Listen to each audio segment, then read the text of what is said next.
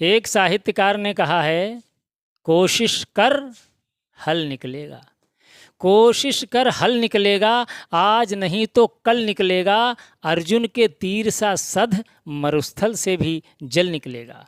मेहनत कर पौधों को पानी दे, बंजर जमीन से भी फल निकलेगा, और कोशिशें जारी रख कुछ कर गुजरने की, जो आज है थमा थमा सा चल निकलेगा। कोशिश कर हल निकलेगा, कोशिश कर हल निकलेगा। तो आज कोशिश कर रहे हैं। नमस्कार, जय हिंद। मास्टर बाबा हिंदी क्लासेज में सभी विद्यार्थियों का स्वागत है। मैं हूं शिवचंद्र दीक्षित और विभिन्न प्रतियोगी परीक्षाओं में पूछे जाने वाले हिंदी के बड़े ही महत्वपूर्ण प्रश्नों पर आज चर्चा करेंगे, सीखेंगे बड़ी सरलता से। तो आइए चलते हैं प्रश्नों की ओर। आइए सभी विद्यार्थी जुड़ जाइए। आज जो है हिंदी के बड़े ही महत्वपूर्ण प्रश्न आपके सम्मुख हैं और बड़े ही टॉप प्रश्न हैं। ये स्तर थोड़ा कठिन है, इसीलिए मैं कह रहा हूँ यदि इन 30 प्रश्नों में आप लोग 15 प्रश्न सही हल कर लेते हैं अपने मन से, तो समझ लीजिएगा कि कोई भी विद्यार्थी हिंदी विषय में टॉप करने से वंचित नहीं रहेगा, निश्चित ही सफलता मिलेगी। आइए सही करते हैं, प्रश्नों को हल करते हैं। प्रश्न नंबर 1 है, अंक जोशिता का क्या अर्थ है? प्रश्न नंबर 1 है, जोशिता का क्या अर्थ है? जोशिता अंक ज्ञान, गणितीय संक्रिया, स्त्री, पांडित्य कर्म। तो बिल्कुल सही ऑप्शन होगा स्त्री। स्त्री को कहते हैं जोशिता। अगले प्रश्न की ओर चलते हैं। क्वेश्चन नंबर 2, अर्जन का विलोम क्या है? सोचिए 2 सेकंड, कमेंट करके आप हमें बताइएगा कि कितने प्रश्न आपके सही हो रहे हैं। इसमें अवश्य बताइएगा, तैयारी और मजबूत होगी। अर्जन का विलोम क्या है? उद्योग, खर्चा, कमाई, व्ययन। उद्योग, खर्चा, कमाई, व्ययन, कौन सा है विलोम अर्जन का? तो बिल्कुल सही होगा व्ययन। व्ययन इसका विलोम होगा। अर्जन का मतलब होता है संग्रह करना और व्ययन का मतलब होता है खर्च करना, व्यय करना। अर्जन का व्ययन।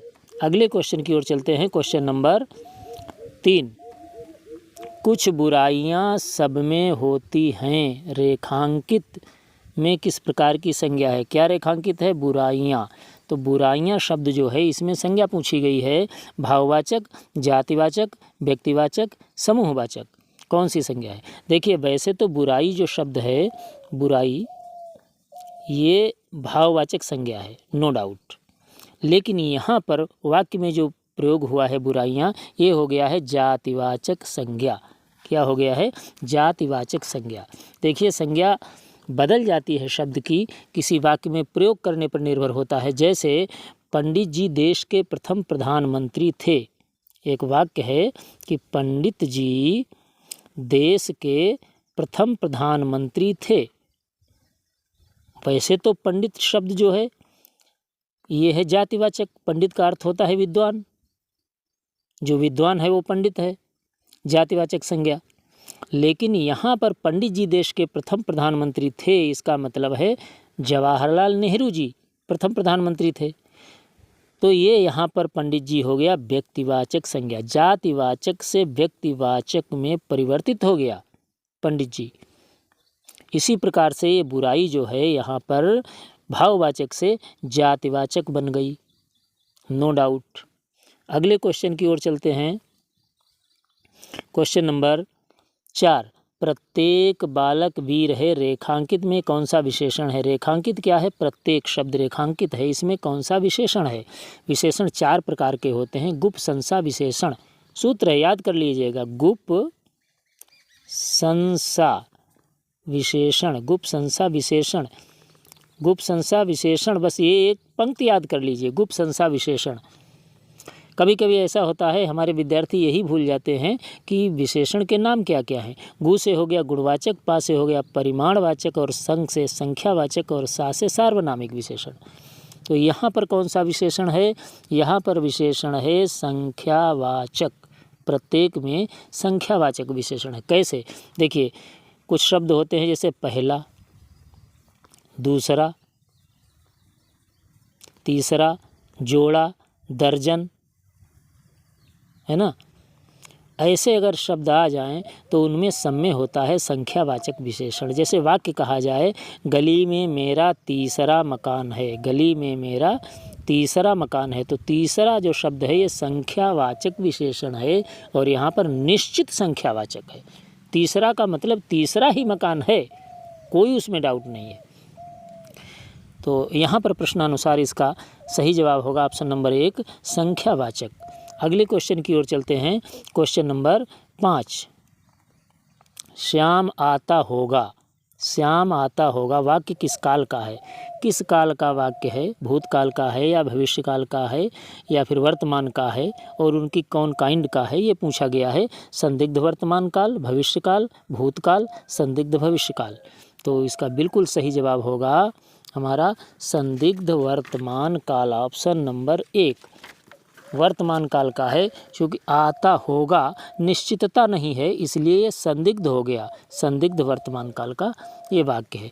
अगले क्वेश्चन की ओर चल रहे हैं। क्वेश्चन नंबर 6, मुझे मात्र 5 रुपये चाहिए में मात्र क्या है? ये जो मात्र लिखा है शब्द, ये क्या है? निपात है, संज्ञा है, विशेषण है, क्रिया है? कमेंट करिएगा, बताइएगा, सोचिए 2 सेकंड, क्या है ये? बिल्कुल सही उत्तर इसका होगा निपात। क्या है ये? निपात। देखिए, अव्यय के अंतर्गत आता है निपात। अव्यय 5 प्रकार के होते हैं। कौन कौन?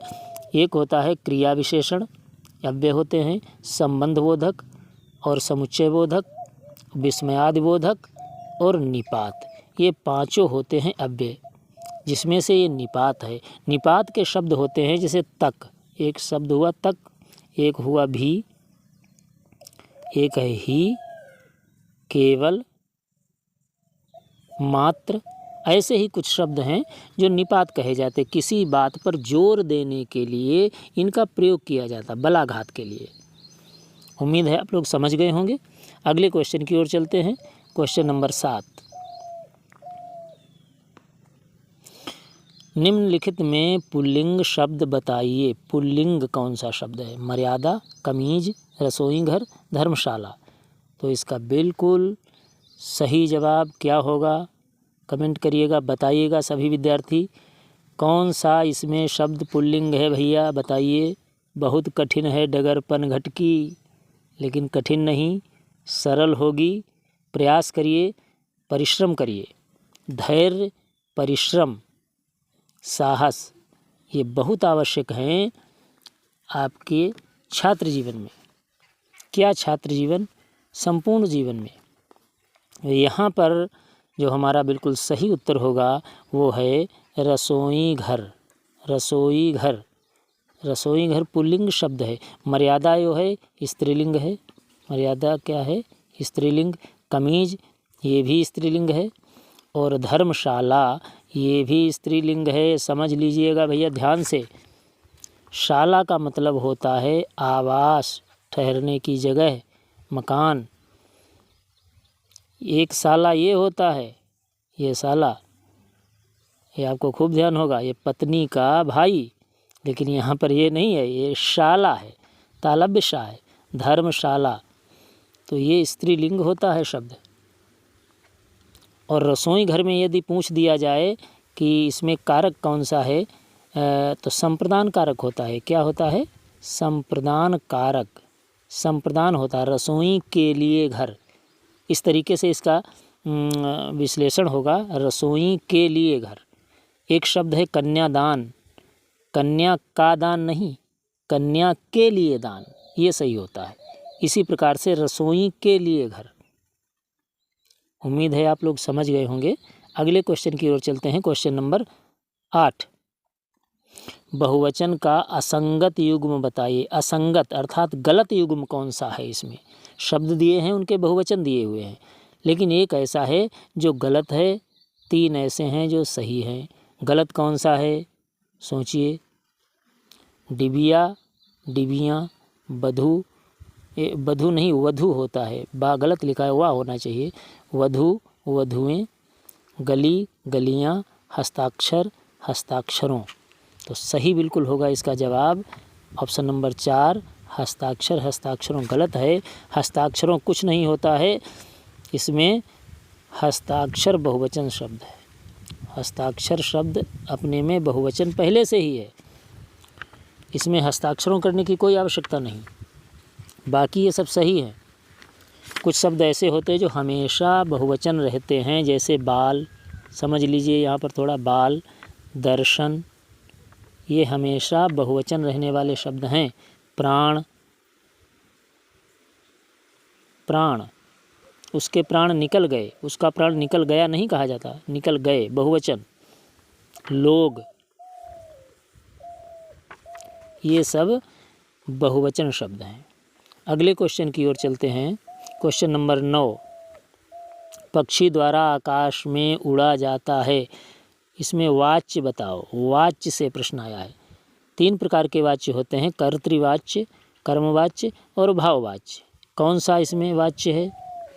सही उत्तर इसका होगा, क्या होगा? भाववाच्य। भाववाच्य कैसे? पक्षी तो हो गया, इसमें उड़ने का कार्य कर रहा है, अर्थात कर्ता। उड़ा जाता ये क्रिया है। आकाश में ये क्या है?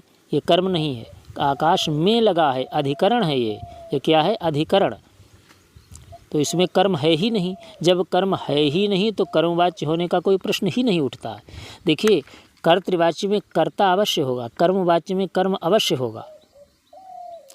अब इसमें कर्ता है, लेकिन कर्ता के बाद में द्वारा शब्द यदि लग जाता है फिर वो कर्तृवाच्य नहीं रहता।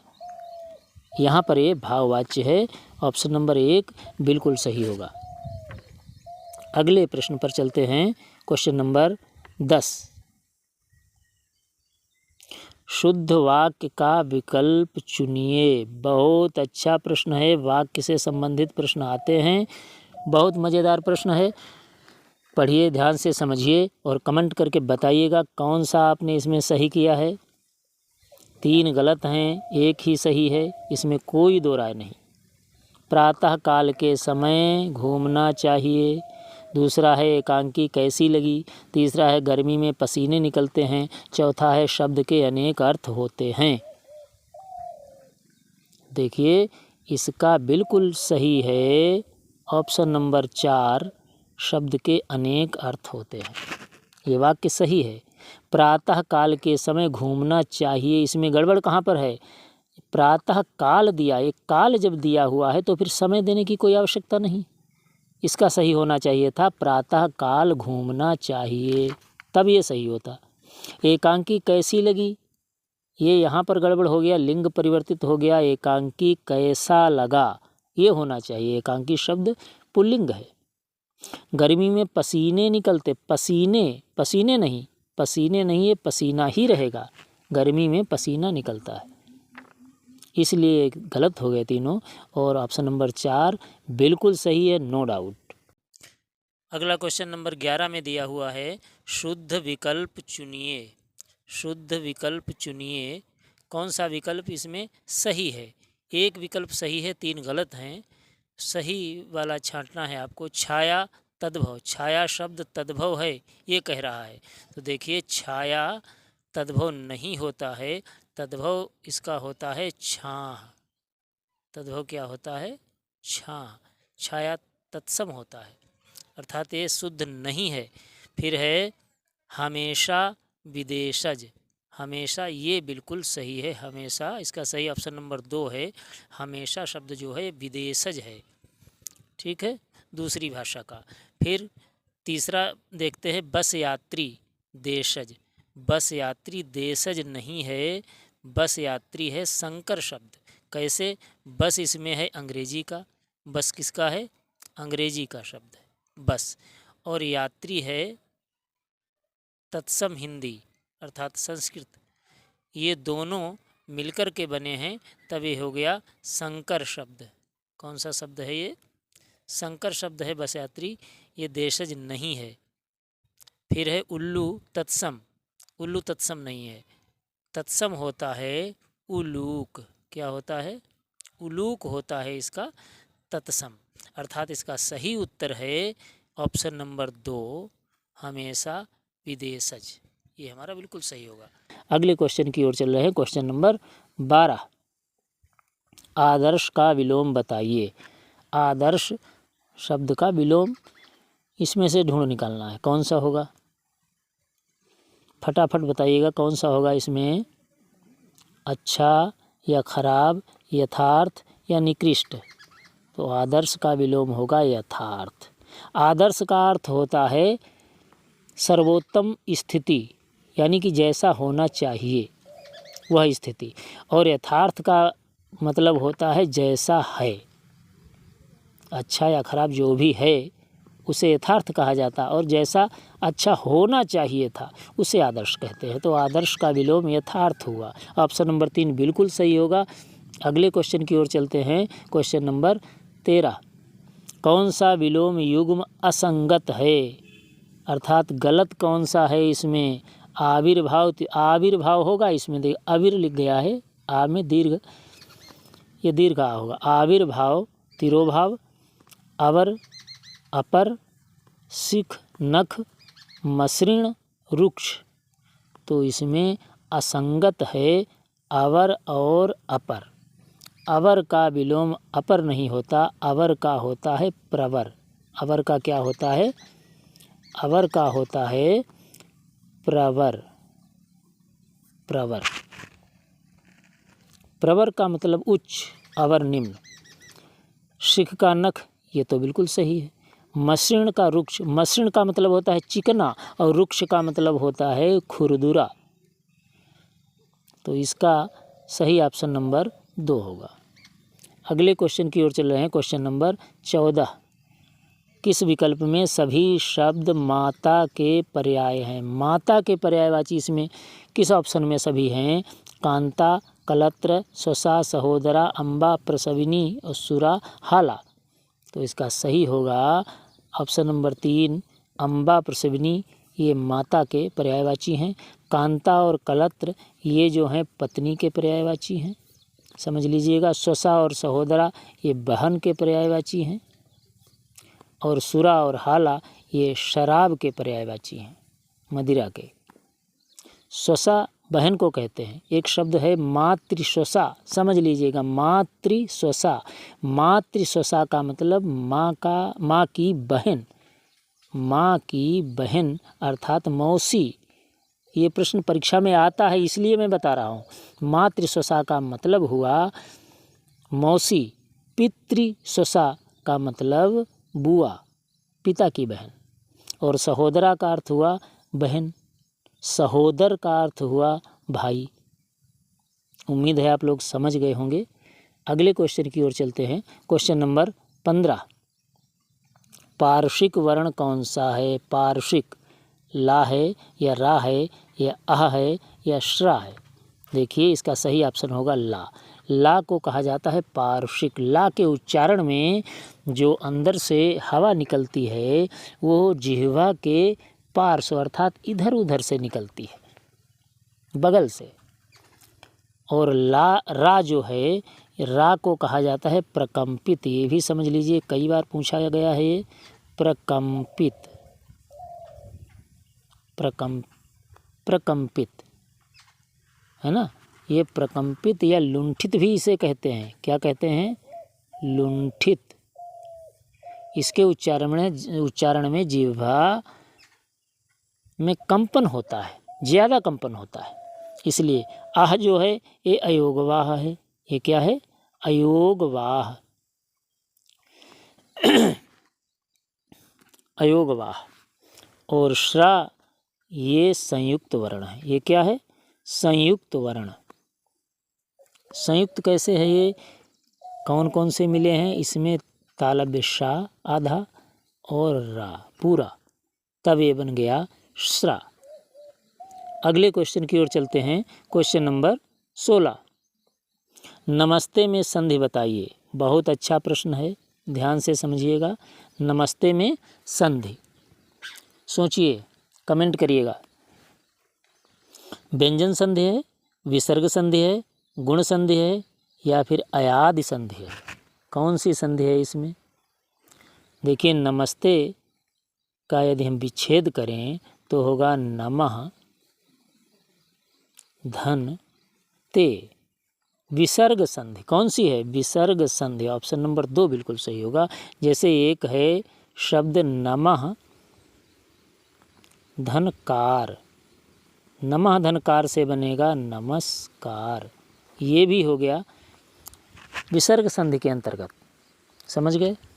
अगले क्वेश्चन की ओर चलते हैं। क्वेश्चन नंबर 17, किस विकल्प में संधि अशुद्ध हुई है? अशुद्ध हुई है, अशुद्ध संधि किस में हुई है? ये युधिष्ठिर दिया है, परिषद दिया है, बहिरंग दिया है, आशीर्वाद दिया है। देखिए, युधिष्ठिर जो है युधि धन स्थिर बिल्कुल सही है और इसमें है व्यंजन संधि, इसकी संधि बिल्कुल सही है और हमको गलत बतानी है। बहिरंग, इसमें भी विसर्ग संधि कौन सी है? ये है विसर्ग संधि और इसमें भी बिल्कुल सही संधि हुई है। ये बहि का बनेगा बहिर, क्या बनेगा इस तरीके से बहिर, और धन हो जाएगा अंग, क्या होगा? अंग। ये आधा रा और ये आ जब एक में समाहित होगा तब ये रा पूरे रूप में आ जाएगा और शब्द बनेगा बहिरंग अर्थात बाहरी अंग। और आशीर्वाद, ये भी विसर्ग संधि है, बिल्कुल सही है आशीर्वाद। तो इसमें गलत है परिषद, यही हमारे प्रश्न का उत्तर है। गलत है क्या इसमें, ये भी समझना बहुत आवश्यक है। देखिए, ये होता है ये होता है, समझ लीजिएगा, ये होता है परिधन सद, ये वाला होता है सा, दंत सा होगा इसमें। और जब इसकी संधि होगी तब ये सा मूर्धन्य सा में परिवर्तित हो जाएगा, शब्द बनेगा परिषद। जैसे एक शब्द है अभिषेक, कौन सा शब्द है? अभिषेक, समझ लीजिएगा, अभिधन सेक, ये होता है और शब्द बनता है इससे अभिषेक, ऐसे बनेगा, मूर्धन्य सा हो जाएगा। वही स्थिति यहाँ पर भी है। उम्मीद है आप लोग समझ गए होंगे। अकेला का सही विच्छेद कौन सा है? अकेला शब्द है, इसका हमें विग्रह करना है।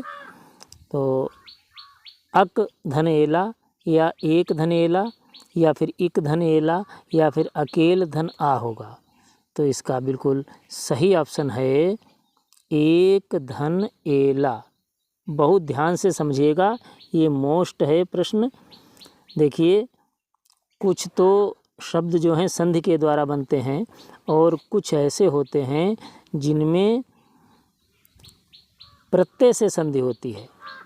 तो ये हिंदी का प्रत्यय से इसमें संधि हुई है। एक धन एला, ये बनेगा अकेला, एक का आ जाएगा यहाँ पर, अकेला बनेगा। ये समझ लीजिए, पूरा रूप ही यहाँ पर परिवर्तित हो रहा है। इसमें अक यहाँ पर है, यहाँ पर एक है, ये समझना कठिन पड़ रहा है, लेकिन बिल्कुल कठिन नहीं होगा। प्रत्यय से संधि जब होती है, कुछ ऐसे शब्द हैं जैसे आपने देखा होगा इकतारा, एक शब्द है इकतारा, इकतारा, लेकिन इसका रूप समझते हो क्या होता है? एक धन तारा, क्या होता है? एक धन तारा। 31, 31, 30 और 31, 31 ऐसे लिखा जाता है, लेकिन इसमें अगर इसको तोड़ा जाए तो होगा एक धन 30। यहाँ पर एक होगा और यहाँ पर इक आ गया, यहाँ पर एक है, यहाँ पर इक आ गया, है ना। ऐसे ही बचपन एक शब्द है, क्या है? बचपन। बचपन का क्या होगा? बच्चा धनपन, बच्चा धनपन होगा तब बनेगा बचपन। समझ गए? पनडुब्बी एक शब्द है, क्या है? पनडुब्बी, पनडुब्बी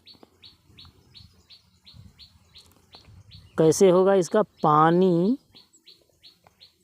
धन डुब्बी क्या होगा? पानी धन डुब्बी, और शब्द बनेगा पन डुब्बी। इसी तरीके से यहाँ पर एक धन एला से बना है अकेला, बिल्कुल सही होगा। उम्मीद है आप लोग समझ गए होंगे। अगले क्वेश्चन की ओर चलते हैं। Question number 19। किस शब्द में उपसर्ग का प्रयोग नहीं हुआ है? उपसर्ग का प्रयोग नहीं हुआ है, बहुत अच्छा प्रश्न है, वेरी वेरी मोस्ट, समझिएगा ध्यान से। अवधि, अवगुण, अवनति, अवरोह, किसमें उपसर्ग नहीं लगा है? उपसर्ग शब्द के पहले लगता है और प्रत्यय शब्द के बाद में लगता है। तो देखिएगा, अवगुण में तो अब उपसर्ग इसमें लगा है। कौन सा उपसर्ग लगा है? अब। अवगुण में अब उपसर्ग लगा है। अवनति में इसमें भी अब उपसर्ग लगा है। अवरोह में अब उपसर्ग लगा है। लेकिन अवधि, ये अवध क्षेत्र की जो भाषा है उसे अवधि कहा जाता है। इसमें अब उपसर्ग नहीं है। इसमें है क्या? ऐसे समझिएगा, अवध और धन ई प्रत्यय है, तब बना है अवधि शब्द। बिल्कुल सही होगा ऑप्शन नंबर 1। अवधि में कोई उपसर्ग नहीं है, बल्कि प्रत्यय लगा हुआ है। अगले क्वेश्चन की ओर चलते हैं। Question number 20। राघव का सही संधि विच्छेद क्या होगा? राघव का सही संधि विच्छेद पूछ रहा है, क्या होगा? 4 ऑप्शन दिए हुए हैं, तो इसमें से राघव का सही विच्छेद है रघु धन आ। ध्यान से समझिएगा, महत्वपूर्ण प्रश्न है। रघु धन आ जो है ये इसमें प्रत्यय लगा हुआ है और इसे कहते हैं अपत्य, अपत्यवाचक। अपत्यवाचक प्रत्यय होता है ये। इसका अपत्य का अर्थ होता है संतान या उत्पत्ति संबंधी भाव। जैसे एक शब्द है मनु धन आ, इससे बनेगा मानव। क्या बनेगा? मानव। एक शब्द है यदु धन आ, इससे बनेगा यादव। यदुवंश से संबंधित यादव, मनु से संबंधित मानव। इसी प्रकार रघु से संबंधित यानी रघुवंश से संबंधित अगली संतानें जो हैं राघव। राघव राम का नाम भी था, तो इसका ऑप्शन नंबर 3 बिल्कुल सही होगा। अगले प्रश्न की ओर चलते हैं। Question number 21। हिंदी वर्ण व्यवस्था के अनुसार ह्रस्व, दीर्घ और प्लुत क्या है? स्वर हैं, मात्रा हैं, व्यंजन हैं, विसर्ग हैं, क्या है? तो बिल्कुल सही इसका जवाब होगा ऑप्शन नंबर 1 स्वर। ऑप्शन नंबर 1 स्वर। स्वर ह्रस्व होते हैं, दीर्घ होते हैं और प्लुत होते हैं। एक मात्रो भवेत् ह्रस्व द्विमात्रो दीर्घ उच्यते त्रिमात्रो प्लुतो गेयो व्यंजनम चार्धमात्रकम। ह्रस्व जो होता है वो 1 मात्रा का माना जाता है, दीर्घ 2 मात्रा का और प्लुत 3 मात्रा का माना जाता है। जैसे ये भी यहाँ पर समझिए, हिंदी वर्ण वाला में आ, ई, उ और ऋ, ये 4 जो होते हैं ह्रस्व स्वर होते हैं। 4 क्या होते हैं? ह्रस्व स्वर। और आ, ई, उ, ए, ऐ, ओ और औ, 1 2 3 4 5 6 7, ये जो 7 होते हैं ये दीर्घ स्वर होते हैं। समझ गए? ह्रस्व और दीर्घ कुल मिलाकर के 11 स्वर होते हैं हिंदी वर्णमाला में। प्लुत क्या होता है? जैसे एक शब्द आपने देखा होगा कहीं लिखा ओ और इसके बीच में 3 अंक लिखा होता है, फिर माँ, ओम। इसका मतलब यहाँ पर 3 मात्रा है, ये प्लुत स्वर है। प्लुत स्वर के उच्चारण में दीर्घ मात्रा से, मात्रा का मतलब यहाँ पर समय से होता है, उच्चारण करने में जो समय लगता है वह होता है। तो यहाँ पर ओम का उच्चारण किया जाएगा, ओम। इस तरीके से किसी को पुकारने के लिए यदि हम किसी को नाम लेकर पुकारते हैं तो ज़्यादा देर तक सांस खींचकर उसको पुकारते हैं तो वहाँ पर प्लुत मात्रा का प्लुत स्वर का प्रयोग होता है। या फिर संस्कृत में मंत्रों में या संगीत में इसमें प्लुत का प्रयोग होता है। उम्मीद है आप लोग समझ गए होंगे। यहाँ पर इसका उत्तर है ऑप्शन नंबर 1 स्वर। अगले क्वेश्चन की ओर चल रहे हैं, क्वेश्चन नंबर 22। घा का उच्चारण स्थान कौन सा है? घा का उच्चारण स्थान पूछा जा रहा है। मूर्धा है, तालु है, कंठ है, दंत है। घा जो है एक क वर्ग का है। घा किसका है? का, खा, गा, घा, गा, तो क वर्ग का है और का उच्चारण स्थान होता है कंठ। इसका मतलब घा का उच्चारण स्थान है कंठ। अकुह विसर्जनीय नाम कंठा। संस्कृत में उच्चारण स्थान संबंधी बहुत अच्छे सूत्र हैं। उच्चारण स्थान पर एक संपूर्ण क्लास लेकर के आएंगे, तब आप लोग विधिवत समझिएगा।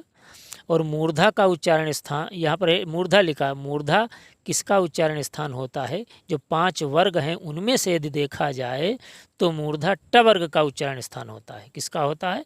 ट वर्ग का, टा ठा डा ढा अणा, इसका। और ताल जो होता है च वर्ग का होता है, चा छा जा झा इया। और दंत जो है ये उच्चारण स्थान होता है त वर्ग का, ता था दाधा ना। समझ गए? अगले क्वेश्चन की ओर चलते हैं। अगला क्वेश्चन नंबर 23। भूषण बिनुन बिराजई कविता बनिता मित्त पंक्ति के रचनाकार कौन है? तुलसीदास जी हैं, केशवदास जी हैं, बिहारी हैं या रहीम हैं? तो इसके रचनाकार हैं केशवदास जी। अलंकारों के संबंध में इन्होंने कहा है कि अलंकार जो है वो काव्य के लिए बहुत आवश्यक है। केशवदास, ऑप्शन नंबर 2 बिल्कुल सही हो जाएगा। अगले क्वेश्चन की ओर चलते हैं, क्वेश्चन नंबर 24। हिंदी शब्दानुशासन के रचनाकार कौन हैं? कामता प्रसाद गुरु हैं, किशोरीदास वाजपेयी हैं, अज्ञेय हैं या नगेंद्र हैं? क्वेश्चन नंबर 24 है ये। तो इसका बिल्कुल सही उत्तर है ऑप्शन नंबर 2 किशोरीदास वाजपेयी। इनका व्याकरण ग्रंथ है हिंदी शब्दानुशासन। और कामता प्रसाद गुरु का जो है वो हिंदी व्याकरण नाम से है। काशी नागरी प्रचारणी सभा से प्रकाशित है हिंदी व्याकरण, 1921 में आया। शब्दानुशासन, हिंदी शब्दानुशासन 1958 में। अगले प्रश्न की ओर चलते हैं। अगला क्वेश्चन नंबर 25। सेवा सदन किसका उपन्यास है? सेवा सदन जयशंकर प्रसाद का, प्रेमचंद का, जैनेन्द्र का, यशपाल का? तो बिल्कुल सही होगा इसमें प्रेमचंद, ऑप्शन नंबर 2 प्रेमचंद का उपन्यास है सेवा सदन। गोदान, कर्मभूमि, गबन, ये सब प्रेमचंद जी के उपन्यास हैं और खूब पूछे जाते हैं। अगले क्वेश्चन की ओर चल रहे हैं, क्वेश्चन नंबर 26। पद्मावत महाकाव्य की भाषा क्या है? पद्मावत महाकाव्य की भाषा अवधी है। कौन सी? अवधी, ऑप्शन नंबर 3 बिल्कुल सही हो जाएगा। पद्मावत महाकाव्य बहुत अच्छा है और इसके लेखक हैं, रचनाकार मलिक मोहम्मद जायसी। कौन है? मलिक मोहम्मद जायसी। अवधी भाषा में। देखिए श्री रामचरित मानस जो है वो भी अवधी भाषा में है, लेकिन वो है साहित्यिक अवधि में। उसकी अवधी भाषा थोड़ी परिष्कृत है। और ये जो पद्मावत है ये यूँ कह लीजिए सरल भाषा में ठेठ अवधी ऐसी भाषा में है, लेकिन लिखा बहुत अद्भुत है। जायसी जी ने लिखा है कि एक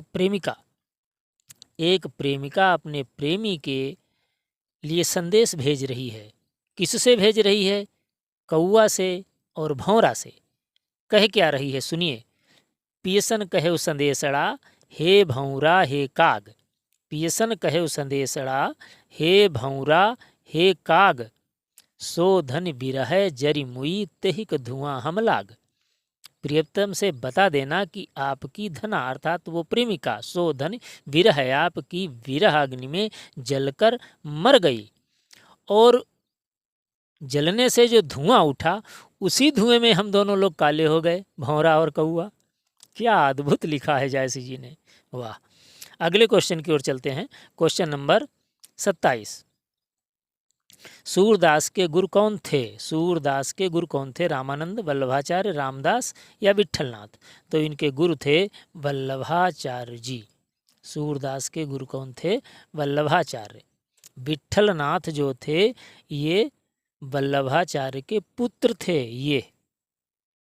और 4 शिष्य वल्लभाचार्य के और 4 शिष्य विट्ठलनाथ के, इन्होंने मिलकर के अष्टछाप की स्थापना की थी, जिसमें 8 भक्त कवियों को शामिल किया गया था। अगले क्वेश्चन की ओर चलते हैं। Question number 28। जूही की कली, बहुत अच्छी कविता है। जूही की कली कविता किसकी है? प्रसाद की, निराला की, पंत की या आज्ञे की? तो ये कविता है ऑप्शन नंबर 2, सूर्यकांत त्रिपाठी, निराला जी की कविता है। बिल्कुल सही ऑप्शन नंबर 2। अगले क्वेश्चन की ओर चलते हैं। Question number 29। मेरी भवबाधा हरो राधा नागर सोए, और इसके आगे है जा तन की झाई परे श्याम हरित दुति होए। इस पंक्ति के रचनाकार कौन है? मेरी भवबाधा हरो राधा नागर सोए पंक्ति किसके द्वारा रचित की गई? तुलसीदास, सूरदास, मीरा या बिहारी?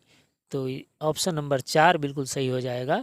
बिहारी सतसई से ली गई और बिहारी द्वारा रचित है ये। अगले क्वेश्चन की ओर चल रहे हैं। Question number 30।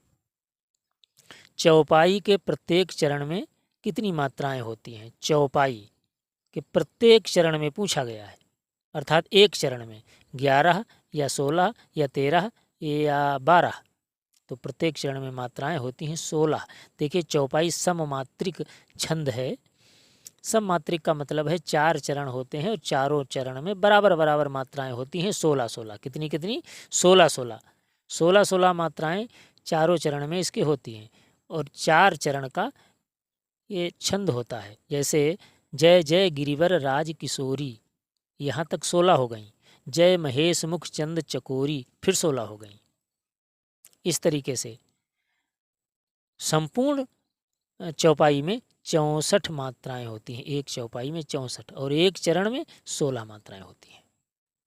बस इस श्रृंखला का ये अंतिम प्रश्न था। उम्मीद है आप लोगों ने ढंग से समझा होगा। आप लोगों ने इसमें से कितने सही किए, अपने मन से कितने सही किए, कमेंट करके ज़रूर बताइएगा। और यदि ये अच्छा लगा हो शिक्षण तो चैनल को सब्सक्राइब कर लीजिएगा। जय हिंद।